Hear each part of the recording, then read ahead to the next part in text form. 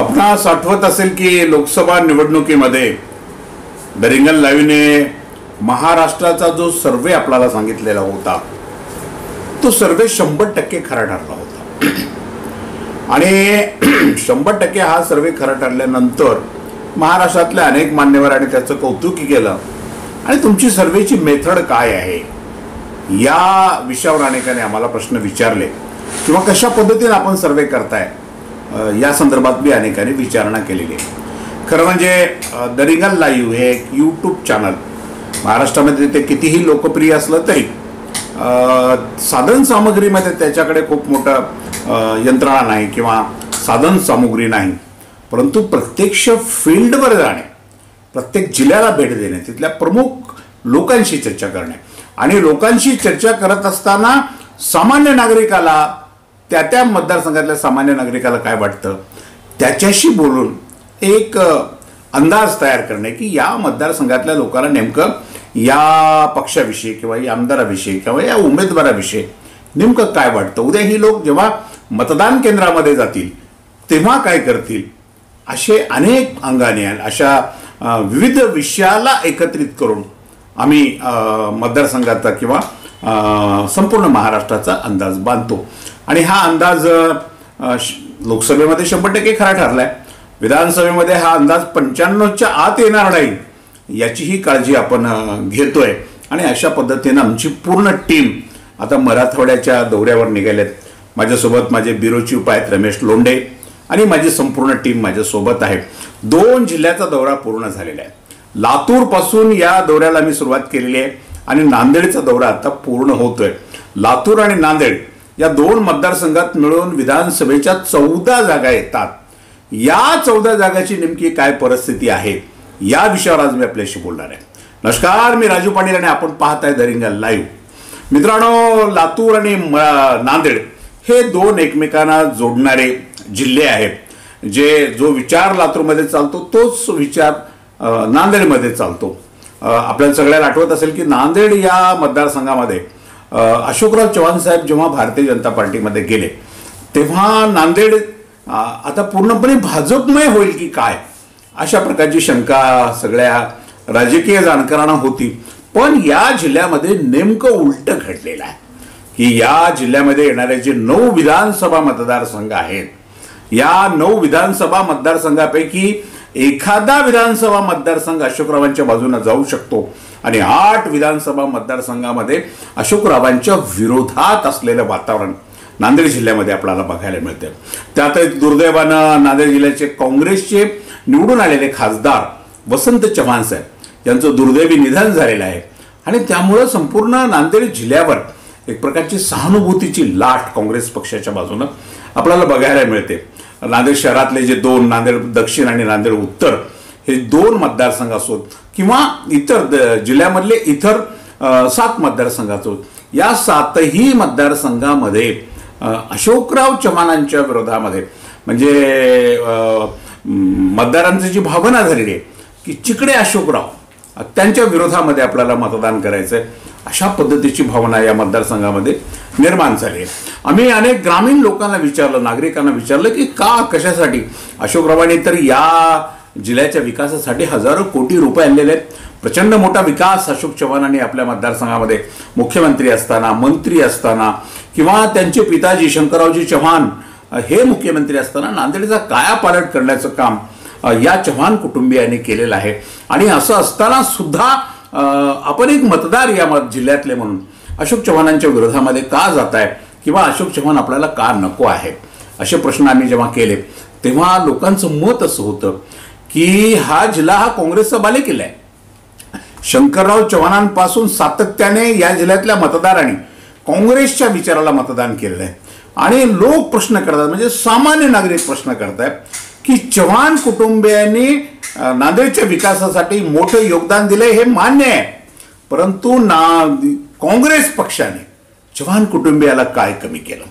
शंकररावांना मुख्यमंत्री पद दिलं, शंकररावांना संरक्षण मंत्री पद दिलं, अशोकरावांना 2 मुख्यमंत्री पद दिलं महाराष्ट्रामध्ये, अनेक वर्ष अशोकराव महाराष्ट्राच्या मंत्रिमंडळामध्ये राहिले।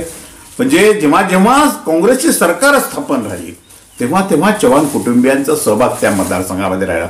एवढं सगळं दिलं असताना सुद्धा अशोकराव भारतीय जनता पार्टीमध्ये का गेले? भारतीय जनता पार्टीचा विचार या मतदारसंघामध्ये रुजत नाहीये.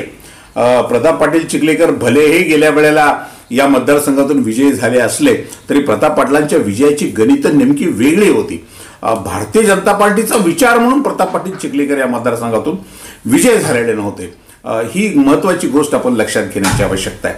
आणि 9 पैकी या मतदारसंघामध्ये 7 विधानसभा मतदारसंघामध्ये अशोकराव चव्हाणांच्या विरोधामध्ये वातावरण आजही आपल्याला बघायला मिळतं. याचाच अर्थ या 7 विधानसभा मतदारसंघामध्ये महाविकास आघाडीच्या बाजूनं जनतेचा कौल येईल की काय अशा प्रकारची परिस्थिती आज तारखेला आहे. एक गोष्ट मात्र प्रामाणिकपणे कबूल करावी लागेल आपल्याला की नांदेडमध्ये महाविकास आघाडीचा वर्चस्व राहिलेला आपल्याला बघायला मिळेल. नेमक्या किती जागा येतील हे आज खात्रीने नाही सांगू शकत, परंतु निम्म्यापेक्षा खूप अधिक म्हणजे 9 पैकी 6 कमीत कमी 6 ते 7 जागा नांदेड जिल्ह्यामध्ये महाविकास आघाडीची आपल्याला बघायला मिळतील. तीच परिस्थिती आपल्याला लातूर जिल्ह्याची आहे. आम्ही लातूर जिल्ह्यापासून या दौऱ्याला सुरुवात केली. लातूर जिल्ह्यामध्ये विधानसभेचे 6 जागा येतात. 2 जागा भारतीय जनता पार्टीच्या ताब्यामध्ये आहेत, 2 जागा राष्ट्रवादी काँग्रेस अजित पवारांच्या ताब्यामध्ये आहेत, तर 2 जागा काँग्रेस पक्षाच्या ताब्यामध्ये आहेत. लातूर आणि लातूर ग्रामीणची जागा काँग्रेसची कायम आहे. तिथे काही वेगळा बदल यावेळेला घडेल असं आज दिसत नाही, कारण भारतीय जनता पार्टीकडून पुढून कोण उमेदवार येणार आहेत हे अद्याप निश्चित झालेलं नाही. भारतीय जनता पार्टीकडे 2 जागा आहेत लातूर जिल्ह्यामध्ये, औसा आणि निलंगा. या 2 जागा डेंजर झोनमध्ये असल्याच्या आज तारखेला तरी दिसून येत आहे. त्यात काय प्रगती होईल हे आपल्याला बघायचं आहे. मात्र लातूर जिल्ह्यामधली सगळ्यात महत्त्वाची गोष्ट आपल्याला मी सांगतो. लातूर जिल्ह्यामध्ये जो उदगीर मतदारसंघ आहे, हा उदगीर मतदारसंघामध्ये तिथे संजय बनसोडे हे आता राष्ट्रवादी काँग्रेसचे अजित पवार गटाचे मंत्री आहेत. संजय बनसोडेंनी चांगलं काम या भागामध्ये उभं केलेलं आहे. किंवा लातूर जिल्ह्यामध्ये सर्वाधिक काम जर कोण केलं असेल तर त्याचा पहिला क्रमांक संजय बनसोडे यांचा लागतो. तरी सुद्धा या मतदारसंघामध्ये काही वेगळं घडण्याची शक्यता दिसून येते. लोकांना संजय बनसोडेने शरद पवारांना सोडून अजित पवारांची सोबत करणं हे लोकांना या मतदारसंघातल्या लोकांना उदगीरच्या मतदारसंघातल्या लोकांना आवडलेलं नाही. उदगीर आणि अहमदपूर हे 2 मतदारसंघ आहेत. या दोनही मतदारसंघामध्ये शरद पवारांना मानणारा, शरद पवारांच्या राष्ट्रवादीला मानणारा मतदार असल्याचं आपल्याला बघायला मिळते. आणि म्हणून मग अहमदपूरमध्ये बाबासाहेब पाटील आज तिथले आमदार आहेत आणि उदगीरमध्ये संजय बनसोडे हे आमदार आहेत. परंतु बाबासाहेब पाटलांच्या विरोधात या मतदारसंघामध्ये मतदार कौल देऊ शकतात अशी आजची परिस्थिती आहे. तर संजय बनसोडेंना ही निवडणूक सोपी नाही आज तारखेला, हेही या मतदारसंघातून दिसून येते. लातूरचे जे अमित देशमुख आहेत त्यांच्या समोरून उमेदवार कोण येणार आहे हा या बाबतीत अजून कुठला निश्चितपणे भारतीय जनता पार्टीची भूमिका आपल्याला समजलेली नाही. लातूर ग्रामीणमधून रमेश कराडांना भारतीय जनता पार्टी उमेदवार देणार आहे का एखादा डमी उमेदवार? लातूरमध्ये एक पद्धत आहे, लातूरमध्ये मॅनेज राजकारण लातूरमध्ये सर्वात जास्त चालतं. म्हणजे भारतीय जनता पार्टी आणि काँग्रेस म्हणजे अमित देशमुख हे दोघेही आपल्या आपल्या सोयीनं लातूर जिल्ह्यामध्ये राजकारण करतात आणि सोयीचे उमेदवार सुद्धा ते देतात. त्यामुळे लातूर ग्रामीणमध्ये भारतीय जनता पार्टी कोण उमेदवार देईल यावर बऱ्याच गोष्टी अवलंबून आहेत. संभाजी पाटील निलंगेकर निलंग्यामध्ये आज स्ट्रॉंगली सर्वांना सोबत घेऊन चालत आहेत. मजबूतीनं त्यांच्या पाठीमागे लोक असल्याचं दिसून येते. तरी सुद्धा देवेंद्र फडणवीसांच्या विरोधाचा मराठा आंदोलनाच्या संदर्भातला किंवा मराठा आंदोलनामुळे निर्माण झालेला जो पेच आहे हा पेच अशोकरावांना संभाजी पाटलांना अडचणीत आणेल काय अशा पद्धतीची एक चर्चा तिथे आपल्याला ऐकायला मिळते. औसा विधानसभा मतदारसंघामध्ये अभिमन्यू पवारांनी गेल्या 5 वर्षामध्ये खूप मोठा निधी आणून विकासाची कामं करण्याचा प्रयत्न केला. परंतु ही विकासाची कामं हजारो कोटी हे लोकांना समाज माध्यमावर दिसतात, वर्तमानपत्रातून दिसतात, जाहिरातीतून दिसतात. परंतु लोकांचं असं मत आहे की 2,500-3,000 कोटी रुपयाचा जर निधी अभिमन्यू पवार साहेबांनी आणला असेल तर ते विकासाची कामं पण दिसायला पाहिजे. आणि विकासाची कामं दिसत नाहीत अशी तक्रार औसा विधानसभा मतदारसंघातली आहे.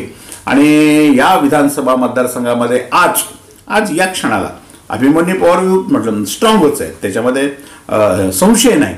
परंतु भविष्यामध्ये काही वेगळं घडू शकतं का या मतदारसंघामध्ये, ते आपल्याला बघावं लागणार आहे. आणि त्या मतदारसंघामध्ये कोण उमेदवार महाविकास आघाडीकडून पुढे येईल त्यावर या मतदारसंघाचं फार मोठं भवितव्य अवलंबून असल्याचं आपल्याला बघायला मिळतं. साधारणपणे 14 विधानसभा मतदारसंघाचा दौरा आणि फेरफटका आम्ही या दौऱ्यात आमच्या या मराठवाडा दौऱ्यामध्ये केलेला आहे. आणि 14 पैकी आपल्याला आश्चर्य वाटेल 9 जागेवर महाविकास आघाडीचे उमेदवार निवडून येत असल्याचं आपल्याला दिसून येत आहे. तर केवळ 5 जागेवर महायुतीला इथे या 2 जिल्ह्यात म्हणून संधी मिळू शकेल असं आज तारखेला वाटतंय. राजकारण किंवा निवडणुका आणखीन 1-1.5 महिना पुढे आहेत. नोव्हेंबरमध्ये या निवडणुका होत आहेत. त्यामुळे राजकारण दर काही तासाला बदलतं असं मी सातत्याने म्हणत राहतो. आणि बदलत्या राजकारणाचा सहजासहजी अंदाज घेताना अनेक चुका विश्लेषकाकडून सुद्धा होत असतात. पण आम्ही काही एसीत बसून कराड्यात बसून गप्पा मारत नाही, प्रत्यक्ष फील्डवर जाऊन गप्पा मारतो. मराठवाड्याचा एकूण काय अंदाज असेल हा दौरा पूर्ण झाल्यानंतर मी आपल्याला जरूर सांगेल. परंतु 2 जिल्ह्यामध्ये 14 पैकी 9 जागा या महाविकास आघाडीच्या बाजूला जात आहेत. तर केवळ 5 जागा या 2 जिल्ह्यापैकी महायुतीच्या बाजूला जात आहेत. ही आजची अत्यंत महत्त्वाची बातमी आहे. आज नांदेडचा दौरा संपवून आमची टीम आता हिंगोलीकडे रवाना होणार आहे. हिंगोलीतील 4 विधानसभा मतदारसंघामध्ये काय परिस्थिती असेल, तिथल्या लोकांना नेमकं काय वाटतं, तिथल्या पत्रकारांना नेमकं काय वाटतं, किंवा राजकीय जाणकारांना या मतदारसंघातल्या काय वाटतं, हेही आपण पाहणार आहोत. आणि करता करता हा असा दौरा लातूरपासून सुरू झालेला दौरा लातूर, नांदेड, हिंगोली, जालना, परभणी, संभाजीनगर, बीड आणि धाराशिव अशा पद्धतीनं पूर्ण होऊन संपूर्ण मराठवाड्याचा अभ्यास या दौऱ्यामध्ये केला जाणार आहे. आपण जाणकार प्रेक्षक आहात. लातूर आणि नांदेड या 2 जिल्ह्याबद्दल तुम्हाला काय वाटतं, तुमच्या नेमक्या काय भावना आहेत, काय घडेल अशी तुमची इच्छा आहे, किंवा काय घडावं यापेक्षा काय घडेल असं तुम्हाला वाटतं, हे तुम्ही जरूर कमेंट करायची. कारण तुमची मतं सुद्धा आमच्या अभ्यासासाठी अत्यंत महत्त्वाची आहेत. त्यासाठी जरूर कमेंट करा, जरूर लाईक करा, जरूर शेअर करा. अजूनही आमचं चॅनल सबस्क्राईब केलं नसेल तर जरूर करा. आणि पाहत रहा रिंगण लाईव्ह, आवाज महाराष्ट्राचा.